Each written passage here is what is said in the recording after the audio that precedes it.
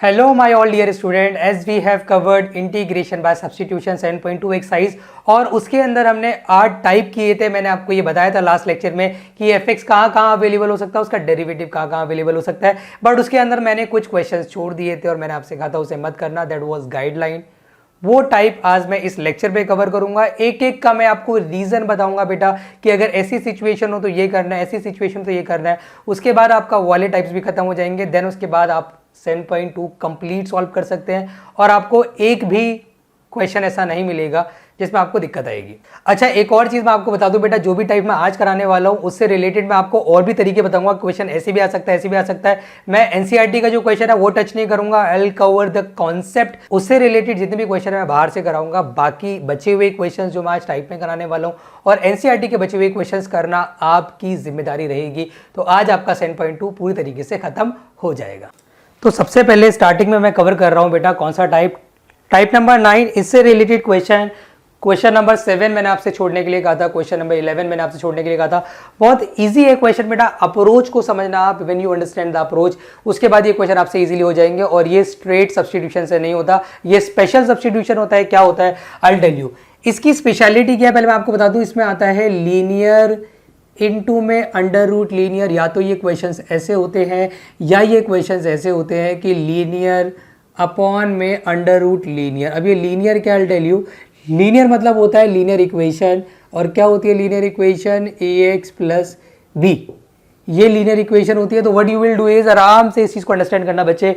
अगर बाहर कोई लीनियर इक्वेशन आ जाए, अंदर कोई लीनियर इक्वेशन आ जाए, ऊपर कोई लीनियर इक्वेशन है, अपॉन में भी रूट लीनियर, सॉरी बेटा रूट लीनियर आ जाए, तो उसके अंदर होता क्या है, आपने रूट लीनियर को उठा के हमेशा टी पुट कर देना है और उसके बाद ये क्वेश्चन आपका इजीली सॉल्व हो जाएगा। स्ट्रेट सब्स्टिट्यूशन नहीं होगा, इसमें रूट भी लेना पड़ेगा। इससे रिलेटेड क्वेश्चन मैंने जैसे बोल दिया x रूट एक्स प्लस 5 आ जाए, या फिर x अपॉन में रूट एक्स प्लस का 7 आ जाए, या फिर x 2x प्लस 1 आ जाए, एट्सेट्रा एट्सेट्रा। इस टाइप के जितने भी क्वेश्चंस हैं इनको करने की अप्रोच विल रिमेन सेम। तो एक मैं आपको एक्सप्लेन करूंगा क्वेश्चन, एनसीईआरटी का मैं टच नहीं करूंगा। क्वेश्चन 7 11 वो करना आपकी जिम्मेदारी रहेगी। तो सपोज मैंने इसको ले लिया question x root x plus 5 dx। आपके सामने क्वेश्चन एग्जाम में आया, आपने सिर्फ एक चीज ऑब्जर्व करनी है कि यार ये तो लीनियर इंटू रूट लीनियर की फॉर्म है, ये भी लीनियर इक्वेशन, ये भी लीनियर इक्वेशन। इसको आप सिर्फ टी पुट नहीं कर सकते, आपको रूट भी साथ में लेना पड़ेगा। What you will do is you have to put root x plus 5 is equal to t. You will squaring both side, तो यह आ जाएगा x plus 5 is equal to t square हो जाएगा। बच्चे देखो स्क्वायरिंग करनी जरूरी है क्योंकि यहाँ से आपको एक्स की वैल्यू भी निकालनी है। एट लास्ट आपको x भी रखना है ना, एक तो रखना है रूट एक्स प्लस 5, वो तो t रख दोगे आप। ये वाले x का क्या करोगे, निकालना पड़ेगा। और ये वाले x को निकालने के लिए स्क्वायरिंग करके पहले रूट खत्म करना पड़ेगा। जब रूट खत्म हो जाएगा तो यहाँ से आप x की वैल्यू इजीली निकाल सकते हो। कितनी आ जाएगी, टी स्क्वायर माइनस का 5। अब एक काम आपको और करना पड़ेगा, you have to differentiate also, क्योंकि यहाँ से dx की वैल्यू चाहिए। मतलब आपने डिफरेंशिएट किया विद रिस्पेक्ट टू x, तो इसकी जगह तो dx आ जाएगा और टी स्क्वायर की जगह 2t आ जाएगा और इनटू में dt आ जाएगा। अब आपने जो इन टर्म्स ऑफ x है you have to replace in terms of t। कैसे करोगे बच्चे, देखो x की जगह you have to put the value of x, मतलब टी स्क्वायर माइनस का 5, ये पूरा का पूरा एज इट इज आप रख देंगे। रूट एक्स प्लस 5 की जगह you have to put the value which is already given, जिसको हमने t माना हुआ है। और बेटा dx को भी रिप्लेस करना पड़ेगा, dx आपने निकाला है 2t इंटू dt। तो जो सिचुएशन पहले कॉम्प्लेक्स थी जिसका इंटीग्रेशन पॉसिबल नहीं था, अब उसका इंटीग्रेशन इजीली हो सकता है। What you can do is, आपके पास 2t स्क्वायर है, पहले मल्टीप्लाई कर लो 2t की पावर 4 माइनस का, देखो इसको इससे करोगे तो 10t का स्क्वायर हो जाएगा dt। और जिसका इंटीग्रेशन निकालना है it's not a big deal, आप आराम से निकाल सकते हैं। What you will do is 2t की पावर 5 बाई 5 माइनस 10t का cube by 3 plus c। T की वैल्यू रीपुट जरूर करना मेरे भोले बच्चों। टी की वैल्यू कितनी है, रूट एक्स प्लस 5, तो 2 रूट एक्स प्लस 5 की power 5 divided by 5 and minus 10 root x plus 5 की पावर 3 डिवाइडेड बाय 3। एक काम और कर सकते हैं आप, देखो वैसे यहाँ भी आंसर छोड़ सकते हैं बट और अच्छा आंसर वो होगा जिससे टीचर पे एक अच्छा इंप्रेशन पड़े। और वो क्या हो सकता है कि आप रूट को ना, आपको पता है रूट का मतलब क्या होता है, पावर हाफ। तो पावर हाफ है, मतलब यार ये पावर हाफ है और उसकी पावर 5 है, दोनों पावर्स आपस में मल्टीप्लाई होके इट विल बिकम 5/2। तो वो भी आप कर सकते हैं, आपके लिए ज़्यादा अच्छा रहेगा, टीचर पे बहुत अच्छा इंप्रेशन पड़ेगा। अपॉन 5 माइनस 10 x प्लस 5 की power 3/2 upon 3 plus c, and that will be your final answer. तो ये कॉन्सेप्ट बड़ा इंपॉर्टेंट है और इससे रिलेटेड अब आपका क्वेश्चन नंबर 7 भी हो जाएगा, 11 भी हो जाएगा। If you have any doubt you can ask in the live class. बच्चों अगला टाइप जो मैंने लिया है दैट इज टाइप नंबर 10 और इससे रिलेटेड 19 क्वेश्चन है और मैं कहूँगा क्वेश्चन नंबर 20 है, बट क्वेश्चन नंबर 20 बेसिकली इसका पार्ट नहीं है, लेकिन क्वेश्चन नंबर 19 को हमें क्वेश्चन नंबर 20 की तरह बनाना होता है, देन सॉल्व करना होता है। तो मैं कहूँगा दे आर को रिलेटेड, बट एग्जैक्टली अगर देखा जाए तो ये जो मैं कॉन्सेप्ट कराने जा रहा हूँ, जो टाइप करा रहा हूँ, बेसिकली उसका जो लिंक है वो सीधा एक ही से है, वो है क्वेश्चन नंबर मैं कहूँगा 19। इसी से रिलेटेड कॉन्सेप्ट हम कर रहे हैं और वहाँ पे एक ही क्वेश्चन दिया एनसीईआरटी में। मैं आपको बताऊंगा कि ये क्वेश्चन ऐसे भी आ सकता है, ऐसे भी आ सकता है, आपके एग्जाम में आ जाए, आपको डरने की जरूरत नहीं है। देखो e की पावर 2x माइनस 1 e की पावर, ये एनसीईआरटी का क्वेश्चन है। ऐसा भी हो सकता है कि 3x माइनस 1 3x प्लस 1, ऐसा भी हो सकता है e की पावर 100 माइनस 1 100 प्लस 1 e की पावर 50, ऐसा भी हो सकता है कि ऊपर प्लस हो नीचे माइनस हो। इन शॉर्ट अगर मैं कहूँ तो स्पेशलिटी पे ध्यान दो, स्पेशलिटी ये होगी कि e की पावर मतलब कुछ भी हो सकती है, चाहे वो इवन पावर हो चाहे वो ऑड पावर हो, कोई फर्क नहीं पड़ता। बस एक बात का ध्यान रखना जो सबसे इंपॉर्टेंट स्पेशलिटी है कि ऊपर एडिशन तो नीचे सब्ट्रैक्शन, या ऊपर सब्ट्रैक्शन तो नीचे एडिशन होना चाहिए, और साथ में 1 के अलावा कुछ और नहीं हो सकता। अगर 1 के अलावा कुछ और हुआ तो ये वाला टाइप नहीं होगा। तो स्पेशलिटी क्लियर हो गई, e की पावर कुछ भी हो फर्क नहीं पड़ता। अगला स्टेप भी फिक्स है, वो एक स्टेप आपको पता होना चाहिए। अगर वो स्टेप आपको पता है, इक्वेशन आपके लिए कुछ भी नहीं है। और वो स्टेप मैंने क्या लिखा है बच्चों, divide the numerator and denominator by e की पावर वट एवर बाई 2। इसका एक्चुअल मीनिंग की ये है कि जो भी e की पावर होगी उसका आपको हाफ करना पड़ेगा, और उसका हाफ करके उतना ही e की पावर लेके यू हैव टू डिवाइड। और उसके बाद जब भी जो भी सिचुएशन आएगी उसमें जो अपॉन वाली सिचुएशन होगी डिनोमिनेटर, उसको उठा के टी पुट कर देना, आपका इजीली आंसर आ जाएगा। मैं एक क्वेश्चन एक्सप्लेन करूंगा, बाकी पार्ट्स और क्वेश्चन नंबर 19 को करना आपकी जिम्मेदारी रहेगी। सपोज मैंने एक ले लिया क्वेश्चन आपके सामने, e की पावर 100x माइनस 1 e की पावर 100x प्लस 1 dx। अब मैंने आपसे कहा इसको आप स्ट्रेट करोगे ना, आपका इंटीग्रेशन नहीं हो सकता, 100% नहीं हो सकता। अगर आप सोच रहे इसको उठा के टी पुट कर दो, डेरिवेटिव दे रखा है भैया, डेरिवेटिव खाली ये दे रखा है, साथ में ये भी दे रखा है जो इसका डेरिवेटिव नहीं है, तो इसकी दिक्कत है। तो क्या करोगे आप, आपसे मैंने क्या बोला, बड़ा सिंपल है, आपने एक काम करना है, e की जो भी पावर है ना उसका हाफ कर दो। 100x है, 100x का हाफ कर दो, कितना हो जाएगा 50x। और आपने क्या करना है, divide the numerator and denominator by e की पावर 50x से डिवाइड कर दो। जो भी पावर होगी उसका हाफ लेके आपने डिवाइड कर देना है। तो इट्स ऑब्वियस जो अगला स्टेप होने वाला है, बहुत आराम से समझना, रिलैक्स होकर। अगला स्टेप होने वाला है जो e की पावर 100x को एक बार 50x से डिवाइड करोगे, बेस से मैं पावर सब्ट्रैक्ट हो जाएंगी, तो e की पावर 50x आ जाएगा, माइनस 1 अपॉन e की पावर 50x होगा। ऑब्वियस सी बात है, इसको आप ऊपर ले जाओगे, बोले बच्चों इसको हम लिख सकते हैं e की पावर माइनस 50x। अपॉन में आते हैं, e की पावर 100x अपॉन e की पावर 50x कितना हो जाएगा, e की पावर 50x प्लस फिर 1 अपॉन e की पावर 50x करोगे तो e की पावर माइनस का 50x। तो ये सिचुएशन जो पहले कॉम्प्लेक्स थी, जिसका डेरिवेटिव ऊपर नहीं दे रखा था, जिसका इंटीग्रेशन इम्पॉसिबल था, वो 19 की तरह इसकी तरह बन गया, 20 की तरह। 19 क्वेश्चन 20 की तरह बन चुका है, जिसका इंटीग्रेशन पॉसिबल है। लेकिन अभी भी इसके अंदर एक दिक्कत है, बच्चा क्या गलती करता है, सीधा उठा के टी पुट कर देता है। नहीं बच्चों, यू हैव टू ऑब्जर्व नीचे वाले का डेरिवेटिव x के ऊपर है भी कि नहीं। यार e की पावर 50x का डेरिवेटिव होगा e की पावर 50x इंटू 50, नहीं है। e की power minus 50x into minus 50 नहीं है, मतलब डेरिवेटिव ऊपर है बट एग्जैक्ट नहीं है। एक चीज़ की कमी है, किसकी कमी है, 50 की। तो जो कमी है वो कमी को आप यहाँ पे पहले करेंगे पूरा, मल्टीप्लाई एंड डिवाइड बाय 50 कर लेंगे आप। e की पावर 50x माइनस का 50 e की पावर माइनस का 50x अपॉन में e 50x प्लस e की पावर माइनस 50x। और अब चुपचाप इसको उठा के you have to put t। तो भोले बच्चों ये हो जाएगा e की power 50x into 50 minus e की पावर माइनस 50x इंटू 50, क्योंकि मैंने सब्ट्रैक्शन यहाँ लगा दिया।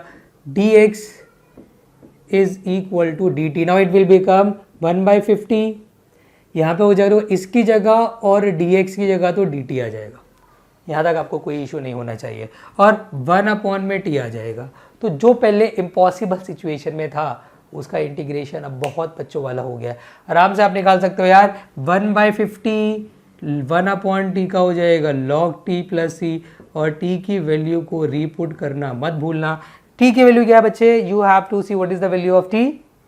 Yes, it is the value of t। तो e50x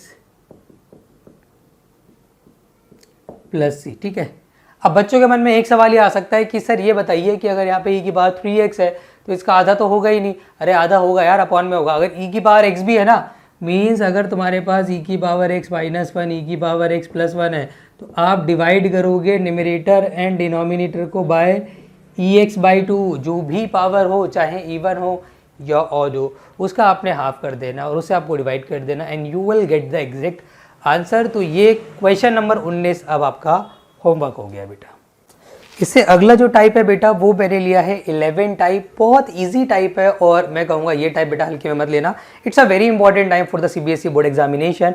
स्पेशलिटी की बात करेंगे बट उससे पहले बात कर लेते हैं कि सर इस पे बेस कौन कौन से क्वेश्चन हमें करने हैं, जो कि होमवर्क है। इस पे बेस क्वेश्चन नंबर 32 करना आपने एनसीईआरटी का, question number 33 of 7.2 and example number 6 का आखिरी पार्ट भी इसी पे बेस्ड है। तो ये सारे क्वेश्चंस को करने का तरीका, अप्रोच से मैं एक एक्सप्लेन करूंगा, बाकी आप अपने आप कर लेना। कोई इशू आएगा you will ask me in the class. तो देखो बेटा इसकी स्पेशलिटी क्या है? स्पेशलिटी नंबर 1 की ऊपर हमेशा 1 होना चाहिए। ऊपर हमेशा 1 होना चाहिए या कॉन्स्टेंट लाइक 3 4 5 6 हो सकता है, बट ज्यादातर 1 होता है। नीचे 1 के साथ एडिशन में या सब्ट्रैक्शन में होना चाहिए 10 या कॉट। नीचे 1 के साथ, 1 के अलावा कुछ और नहीं हो सकता। एडिशन या सब्ट्रैक्शन में होना चाहिए 10 या कॉट। ये इसकी स्पेशलिटी है। स्टेप बड़े सिंपल है। जो स्टेप मैंने लिखे हैं एक एक करके मैं उस पर बेस आपको अप्लाई करके दिखाऊंगा तो आपको ज़्यादा अच्छे से क्लियर हो जाएगा। एक ही पार्ट में कराऊंगा, बाकी आपने खुद से करने। If you will have any doubt you can ask me in the class also. मैं सपोज सबसे मुश्किल वाला ले लेता हूँ। मैंने ले लिया यहाँ पे 1/1 माइनस का कॉटेक्स dx। देखो स्टेप के हिसाब से चलेंगे, स्ट्रेट इंटीग्रेशन हो नहीं रहा, हम लोग जानते हैं। स्टेप के हिसाब से चलेंगे तो पहला स्टेप क्या होना चाहिए? What you need to do. देखो आपने क्या देखा कि यार स्ट्रेट इंटीग्रेशन नहीं हो रहा। पहला स्टेप है first of all convert the function in terms of sine x and cos x. मतलब आपको पता है आपके पास वहाँ 10 अवेलेबल होगा या कॉट अवेलेबल होगा। स्टार्टिंग स्टेप बड़ा इंपॉर्टेंट और बहुत ईजी है कि you have to convert the cot in terms of sine and cos. मतलब मेरे भोले बच्चों आपने क्या करना है, आपने इसको चेंज करना है कॉस एक्स अपॉन में साइन एक्स में, और यहाँ हो जाएगा dx। स्टेप नंबर 1 है कॉस अपॉन साइन। फिर you have to take LCM also. आप यहाँ पे एलसीएम ले लेंगे। आप एलसीएम ले लेंगे तो आपके पास जो सिचुएशन आ जाएगी इट विल बिकम, देखो साइन एक्स ऊपर चला जाएगा, नीचे आ जाएगा साइन एक्स माइनस का कॉस एक्स dx। ये सिचुएशन आपके सामने आ गई, साइन एक्स अपॉन में साइन एक्स माइनस का कॉस एक्स। ठीक है। उसके बाद आपको पता है कि यार अभी भी इंटीग्रेशन नहीं हो रहा, तो what you need to do is आपने क्या करना है, नेक्स्ट स्टेप अप्लाई करना है। नेक्स्ट स्टेप है, और ये हमेशा लगाना है, चाहे इसका ये वाला क्वेश्चन करो, ये वाला कुछ भी करो, multiply and divide by 2। It is also fix step. तो आपने क्या करना है, मल्टीप्लाई एंड डिवाइड बाय 2। तो हम क्या करेंगे, 2 से मल्टीप्लाई 2 से डिवाइड करेंगे, तो यहाँ आ जाएगा 2 साइन एक्स और यहाँ आ जाएगा साइन एक्स माइनस का cos x dx।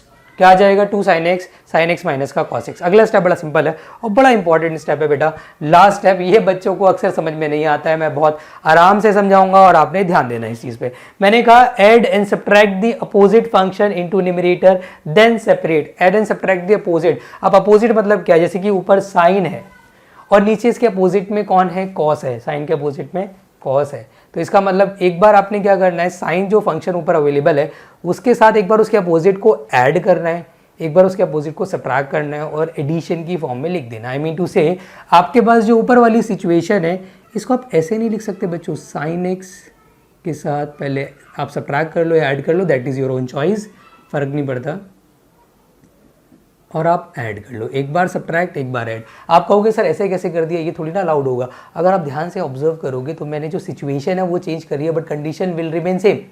You can easily watch. देखो यहाँ पे क्या दे रखा है 2 sin x, नीचे दिया है sin minus cos sine plus cos.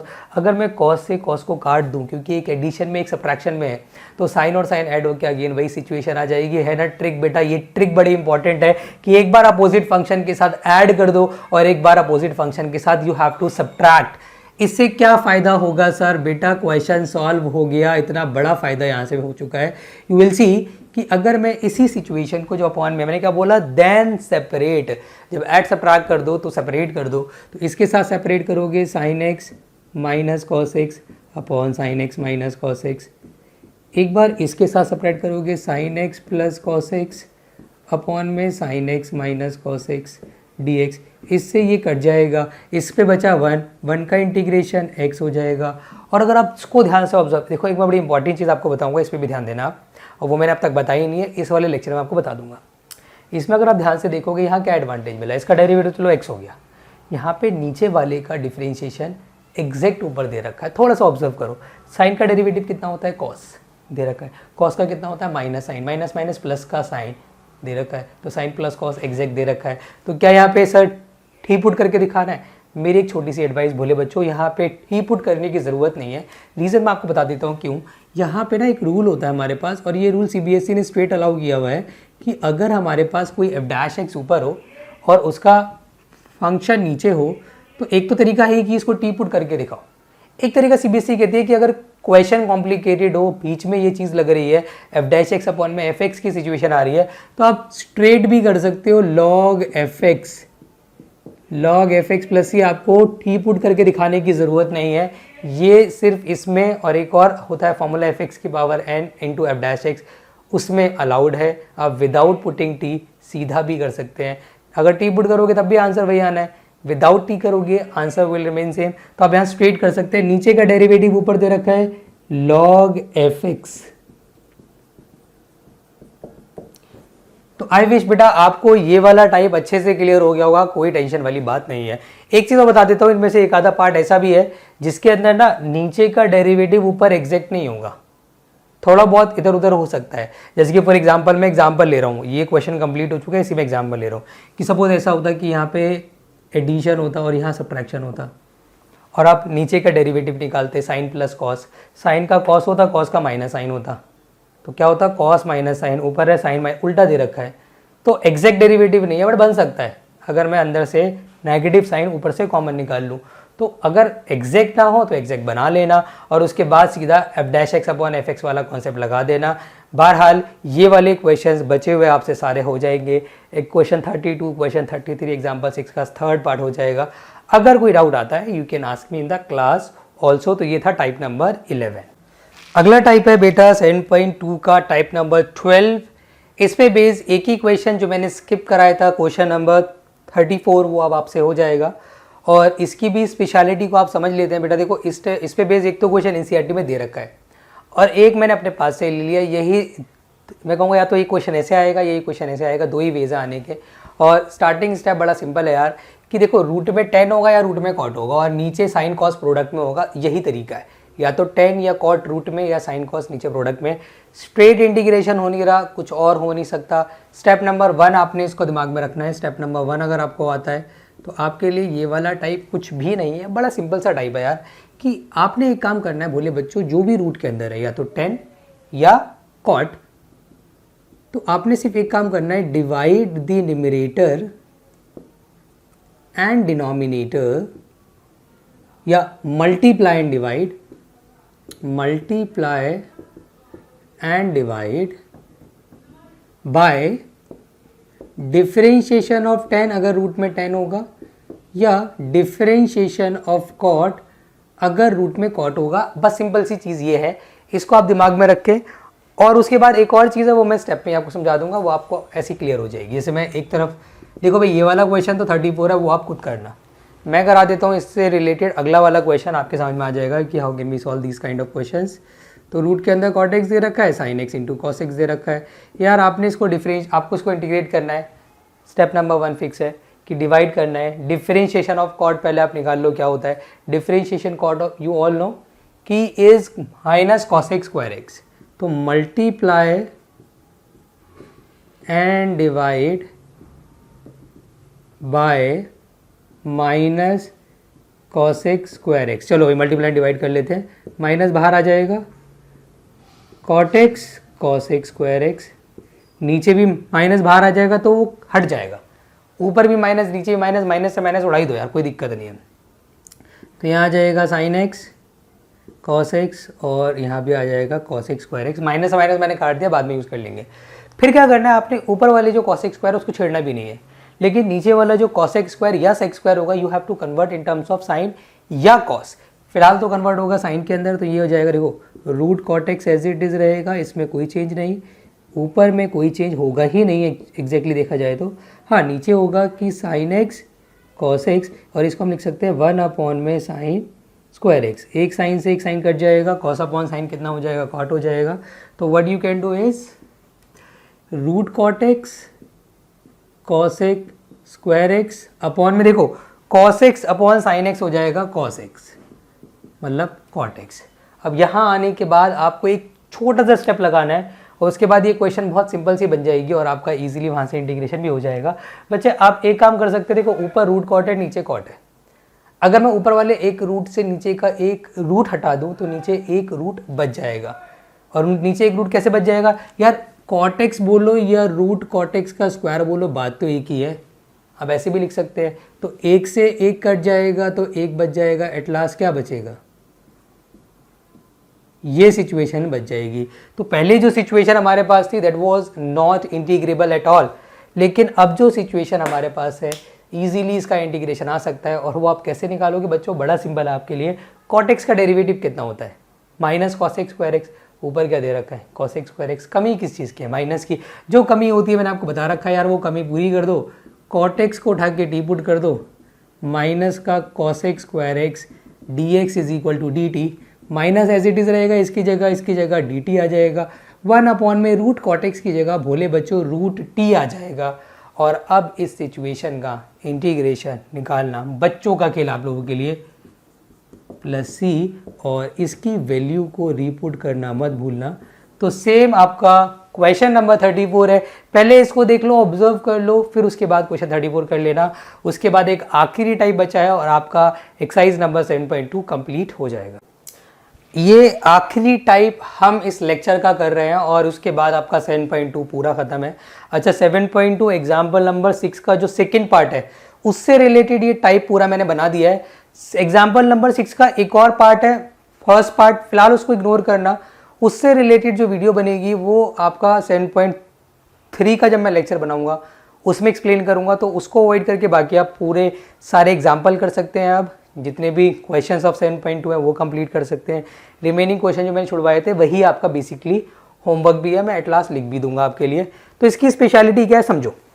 Speciality बहुत सिंपल है कि ऊपर वाला एंगल एडिशन में होगा, सब्ट्रैक्शन में होगा, ये हो सकता है नीचे वाला सिंपल एंगल होगा x, only x. Addition subtraction में एक्स, एडिशन सब्ट्रैक्शन एक्स, या फिर उल्टा हो सकता है कि ऊपर एक्स हो और नीचे जो एंगल होगा वो एडिशन सब्ट्रैक्शन में हो, या आखिरी केस ये हो सकता है कि ऊपर नीचे जो एंगल हो वो एडिशन एंड सब्ट्रैक्शन में हो, बोथ एंगल्स, न्यूमरेटर वाला भी और डिनोमिनेटर वाला भी। और सबसे इंपॉर्टेंट चीज़ मैं आपको बता दूं, बच्चा कहता है कि सर साइन कॉस का क्या खेल है। देखो इसमें स्पेशलिटी ये है कि साइन कॉस दोनों फंक्शंस होंगे, इसके अलावा टेन कॉट सेक कॉसेक नहीं होगा। अब ये फर्क नहीं पड़ता कि ऊपर साइन है तो नीचे भी साइन नहीं होना चाहिए, ऊपर साइन नीचे कॉस, ऊपर कॉस नीचे साइन, कुछ भी हो सकता है, फर्क नहीं पड़ता। मेन एंगल का खेल है, मेन जो खेल है वो एंगल का है, या तो ऊपर कॉम्प्लिकेटेड होगा या नीचे कॉम्प्लिकेटेड होगा या बोथ एंगल कॉम्प्लिकेटेड होंगे। तो मैं एक ऐसा क्वेश्चन कराऊंगा, एक ऐसा, और इसमें मैं हिंट दे दूंगा, खुद से कर लेना। चलिए तो सबसे पहले अगर इस टाइप का क्वेश्चन आ जाए, साइन एक्स माइनस ए अपॉन में साइन एक्स, और मुझे इसको इंटीग्रेट करना हो, बड़ा सिंपल लॉजिक है। ऊपर वाला जो एंगल है अगर वो x माइनस ए की या x प्लस ए की फॉर्म में है, आपने सीधा ट्रिग्नोमेट्रिक फॉर्मूला लगा देना है, कुछ नहीं करना, सीधा इंटीग्रेशन तो हो नहीं सकता फॉर श्योर। आपने सीधा ट्रिग्नोमेट्रिक फॉर्मूला लगाया साइन ए माइनस बी का, sign A cos B minus cos A sine b upon में साइन एक्स डी एक्स। चलिए अब आते हैं बेटा, इसके बाद क्या होगा, इससे क्या फ़ायदा हुआ फॉर्मूला लगाने का, इससे फ़ायदा हुआ नाउ यू कैन सेपरेट, आप सेपरेट कर सकते हैं और आपका इजीली आंसर आ जाएगा। इसके साथ सेपरेट किया, it will become cos a, और इसके साथ separate case will become sine a और कॉस अपॉन साइन कितना हो जाएगा कॉट एक्स।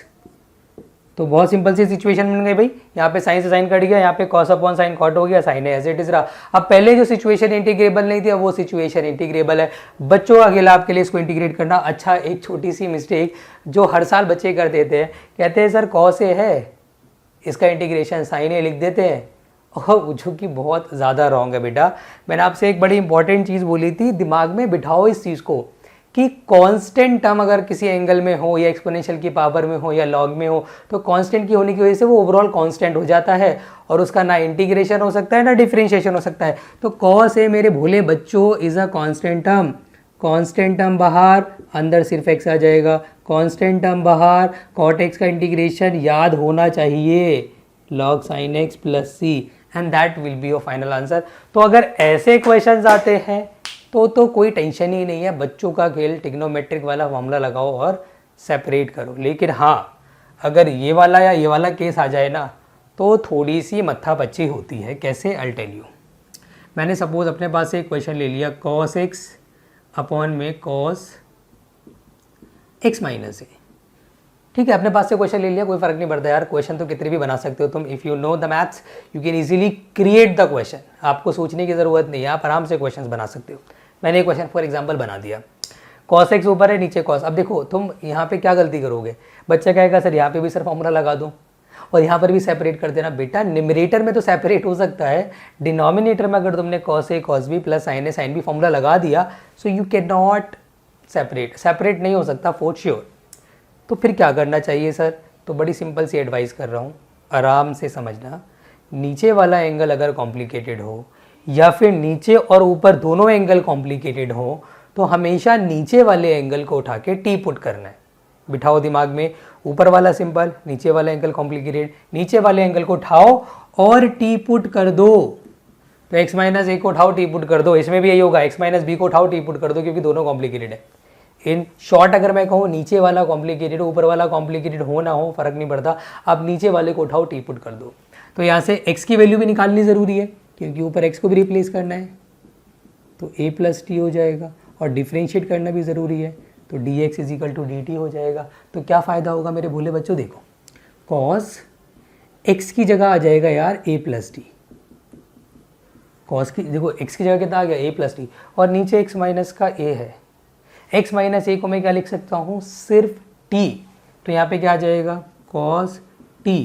तो एडवांटेज क्या मिला सब्स्टिट्यूशन करने का, एडवांटेज ये मिला कि अगेन ऊपर वाला एंगल ही कॉम्प्लिकेटेड हो गया, और ऊपर वाला अगर कॉम्प्लिकेटेड हो जाए तो कोई टेंशन ही नहीं है क्योंकि हमारे पास ये वाली ट्रिक सॉल्व करने वाली है। तो अब यहाँ पे क्या करो, cos a प्लस बी का formula, cos a cos b plus sine a sine b upon में cos t dt। भैया सेपरेट कर लो, इसके साथ किया सिर्फ cos a बचेगा, इसके साथ किया साइन a के साथ बचेगा tan t, और उसके बाद आपने इसका इंटीग्रेशन निकालना है, देन t की वैल्यू भी रखनी है। तो cos a as it is रहेगा, साथ में t आ जाएगा, sine a as it is रहेगा, log sec t आ जाएगा। इसका इंटीग्रेशन ज़रूर याद कर लो, भूल जाओगे आप लोग। cos a t की वैल्यू कितनी है यार, x minus a, plus sine a log t की वैल्यू कितनी है, x minus a plus c, and that will be your final answer. तो ये आखिरी टाइप के साथ आपकी 7.2 एक्सरसाइज पूरी तरीके से खत्म होती है। ये वाला क्वेश्चन है तो मुश्किल, मैं चाहूँ तो लेक्चर में करा सकता हूँ बट मैं नहीं कराऊंगा यार। मैं चाहता हूँ मेरे बच्चे थोड़ा सा पेन लेंगे तो गेन भी होगा, no pain no gain, you know that. तो थोड़ा पेन लो, अटेम्प्ट करो, नहीं होगा क्लास में डिस्कस कर लेंगे। होमवर्क आपको पता ही है। अब आपके लिए क्वेश्चन नंबर 7, 11, 12, 19, 32, 33, 34 और एग्जाम्पल नंबर 6 का question part number 2 and part number 3 आपने कंप्लीट कर लेना है। इससे रिलेटेड जो भी आपका डाउट होगा you will have to ask in the class. All the best बच्चों।